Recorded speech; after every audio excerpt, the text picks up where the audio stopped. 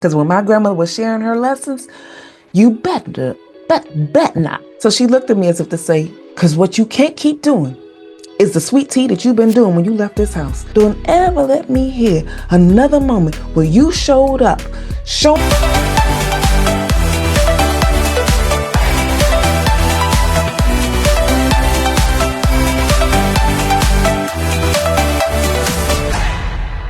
Hey now, how is everybody doing? Welcome to Red Alert Diaries with Tanya E. Hood.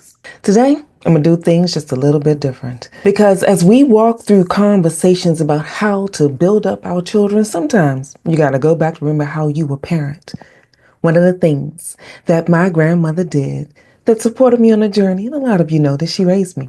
And for those of you that don't know, well, today, I'm going to share a lesson that she gave me, a little bit like she would have given it to me.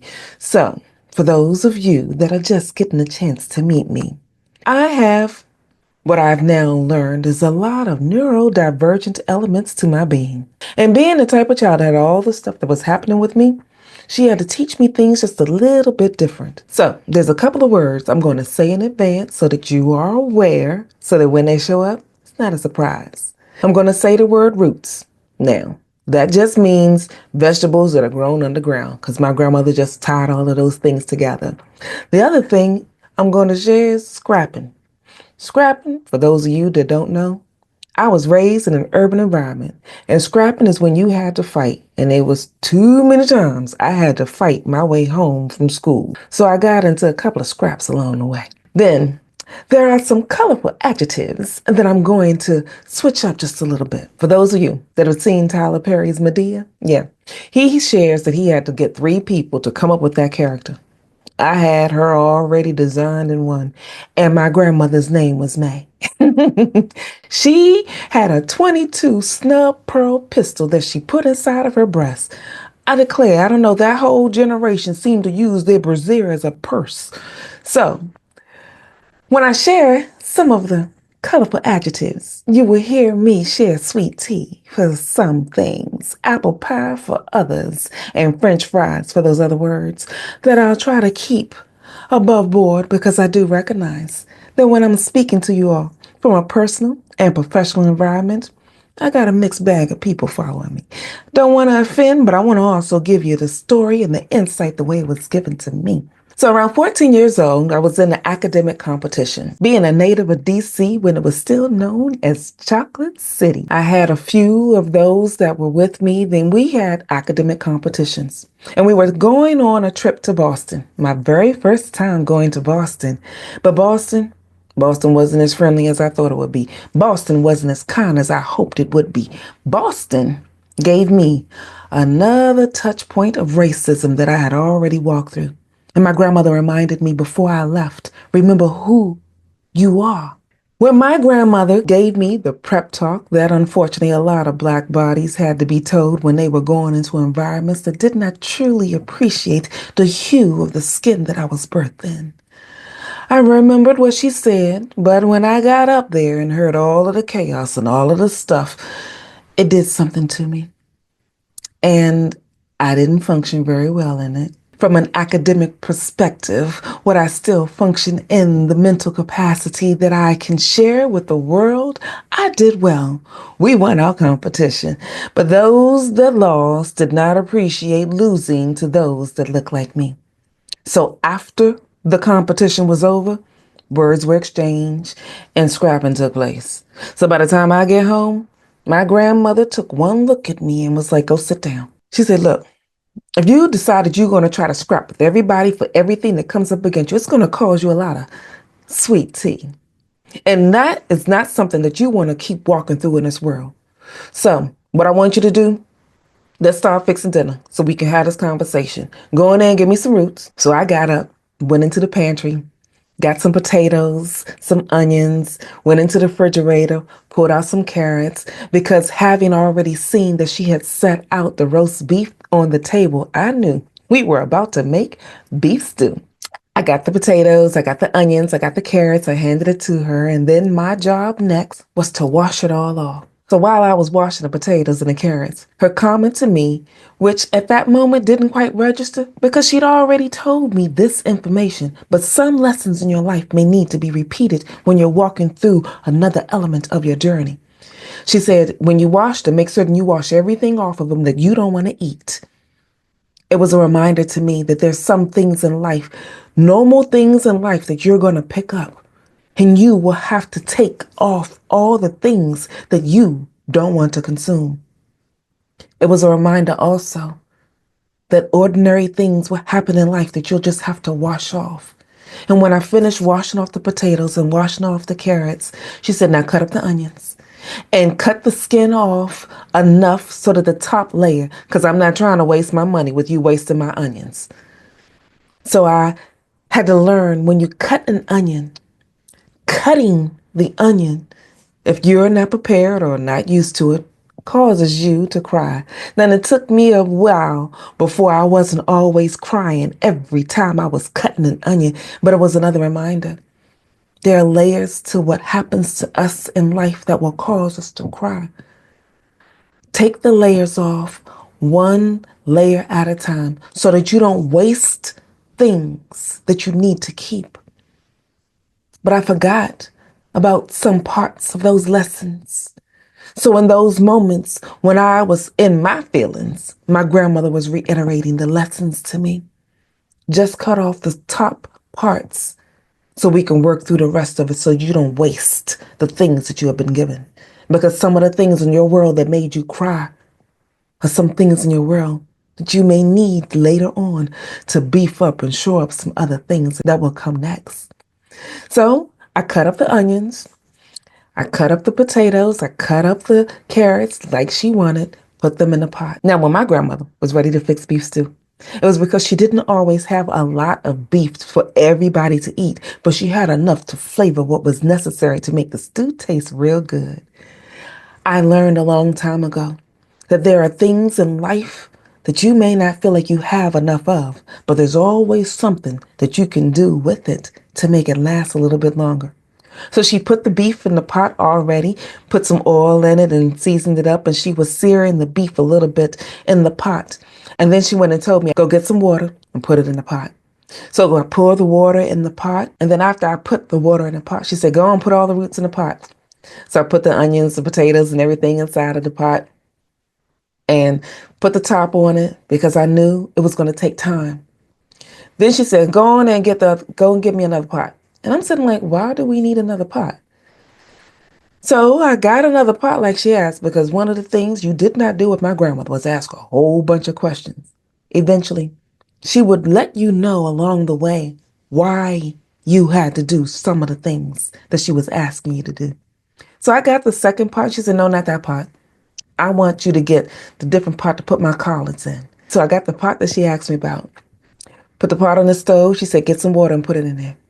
So I got the water, put it in, and I'm trying to figure out, well, what else are we going to use? Because when my grandmother fixed her collard greens, she usually had a ham bone or something that she put in there. And I was like, okay, Grandma, She says, I already basted what I needed. So when I put the water in the pot, she said, put the water on high, go in the refrigerator, get that ham bone, throw it in that pot. I want it to boil the whole time, so you got to watch that pot. Now, when I was little, I know that they had crock pots, but the way it seemed like my grandmother did her cooking was if she wanted something to go fast, she put the water on high and let the water boil, boil, boil. And I had to keep putting water in there so that it can boil down whatever it is at a faster pace. So I put the ham bone in the water, turned it on high, put the top on it. She pointed to the other side of the table, which meant now it was the time for me to sit down and listen to whatever those lessons that she planned on giving me. She said, you see them two pots on that stove? I asked you to put two pots on the stove because I need you to understand that you're going to always be in two situations at once when you're walking through this thing called life. You see, the world that you were raised in, some parts of it going to like you, other parts of it won't.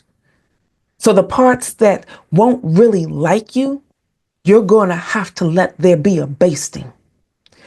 That pot of stew, it's going to have to baste. It's going to have to sit for a little while. But in each of those pots is one thing that makes them both get settled in and pulled together. Water is the one thing that is in both of those pots that helps them get settled in and pulled together. Your water is one thing that I've told you about. What is the water of life for you? And my response had to be Jesus, because that's the way that I was raised. And it was a reminder in that moment when Jesus says that he is the living water. So water being in both pots was her reminding me that when I come inside of some situations, some elements in life, I'm going to have to let the water simmer like the stew. Other parts of the life is going to boil like the water that was happening for the greens. And you can hear the bubbling up of the water and the bone that was in there knocking and jangling up against the pot. She said, you hear that pot? With all that knocking around? Your life is going to do the same thing to you. And when it does, I don't give a French fry how you feel. You do not let yourself be put in a position where you lose your cool. You are supposed to always stay calm, like the stew. Let whatever it is said be based in it.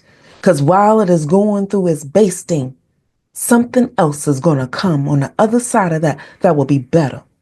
So you go up one more time out of this house and act like you want to show your apple pie, we going to have a problem. Do you understand me? My statement had to be, yes, ma'am. Because when my grandmother was sharing her lessons, you bet not have any other response.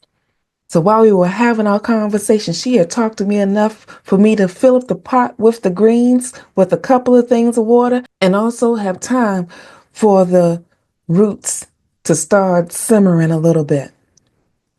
So when I was putting the greens inside of the pot, she said, check my stew. When I checked it, I stirred the contents of the stew and she said, hold on one of them taters. So I held up the tater on the spoon so that she could see what the potatoes look like. She said, So she said, hold on one of the other roots. So I held up the carrots so that she could see the carrots. And then I held up the onions so she could see the onions. She said, when you look at that, what does that look like to you? And I'm sitting here trying to figure out, what do you mean? What does it look like? It looks like boiled potatoes, carrots, and onions. I don't understand what you're talking about. So she looked at me as if to say, sitting on the edge of my bed trying to figure out how did I get here? But I knew there was a way of getting through this. So I decided to do an autopsy on my marriage. Red Alert. Is he the one? The pocket guide to finding the love of your life. The free chapter is available for you in the link below. Sit down, because you still don't have a clue about what I'm trying to share with you. So I sat back down and she said, those roots, all them roots came out the same place. But all them roots ain't operating the same way. They were put in that pot at the exact same time. But they are not operating the same way in that water. You, just like them roots, came out the dirt. You, just like them roots, ain't operating like you're supposed to. With some of them roots, when they put in a hot situation and they real soft, they change real quick. Other than roots still got some of what they already went in there with. You're going to have to decide how you going to function when you get inside of something hot, like them roots. So are you soft, so soft that the slightest bit of heat that somebody brings to you, you just wimping up and change real quick? That's how you going to be? Or you going to make a decision that you're going to do different when you find yourself in a situation that's a little bit hot? Because what you can't keep doing is the sweet tea that you've been doing when you left this house. Don't ever let me hear another moment where you showed up showing your apple pie to people when you weren't raised that way. You were built to be tougher than what you're showing. Don't act like one of them soft roots in that pot. You were built to be better. You were built to be stronger. So when you walk into a situation that make you feel like it's not working out well, don't let the world knock you around like it does in that other pot. You're going to have to let some things simmer. Now, I don't want to keep having this conversation with you. So go on, get yourself together. So I did what I was supposed to do, left the table. But that lesson is a lesson that I forgot some pieces of. And as I'm walking into environments that are putting me back into the situation that like some of those roots were put in, I'm reminded, Tanya, when life, the part that you put in, wants to bump you around, you're going to have to make a decision. What kind of root are you going to be? Soft or flimsy like the onions? Or mealy a little bit like potatoes tend to get?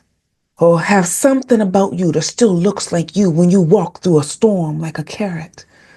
That reminds me more and more about why I show up to give you insight. Just one little touch point in each of these episodes. And if you don't remember anything else I've shared today, here's what I want you to remember. Just like that beef stew that my grandmother was fixing, it had different types of things in it. But in each of those pieces, whenever you have beef stew, you can recognize the beef. You can recognize the carrots. You can recognize whatever it is that you put inside of your beef stew. Just because I'm different than the other things that I may find myself surrounded by in the world, I can still keep my uniqueness. And just like that stew, the unique parts of who I am enhances and makes that stew better. But I'm also to remember that when things get hot, I have to remember who I am so that I don't wimp out in a process that I'm supposed to stay steady and strong in. Decide who you will be at the core of your being. And if you were put in a situation where it's rapid fire crap that's happening to you in the world, like what was happening to that ham bone in that other pot, you have got to recognize when the world starts shaking you up, some parts of who you are may fall off because pieces of that ham bone fell off. But the richness that's supposed to be the essence of who you are will remain. So throw away the scraps when you're finished getting the shaking. And then fill in the robust nature of what you bring so that you don't let sweet tea come and mess up your world. And who you are at the core of your being can be seen. So recognize what it is, the lessons that you were given while you were growing up. And you can share that insight with your children. Because this lesson I've shared with numerous people and other lessons at the table that my grandmother gave me. And we have to go back and listen to how we were parented and take those lessons, because where you are on your job, you have something that's already been poured inside of your soul that you can lift up and pour out. And if the lessons that I got, my grandmother was trying to parent me through the process, will be beneficial to you through your process, be it personally or professionally. Show up with excellence. Do the thing that you need to do and not let the shaking happen that will take you off course. And if anything that I've shared with today resonates with you, then it's time to reset. So like, comment, and share this with others. Extend the conversation below so that we can have an extended conversation. And if you need someone to join you on the journey, feel free to go to my website, TanyaEhood.com. There you can click under the Work With Me tab and see the various ways that we can work with one another. And if you are on YouTube, you can join me live at 7 p.m. Eastern Standard Time, where we can continue the conversation or we can start a new one. In the meantime, this is Tanya E. Hood, walking in my purpose, and I want you to do the same.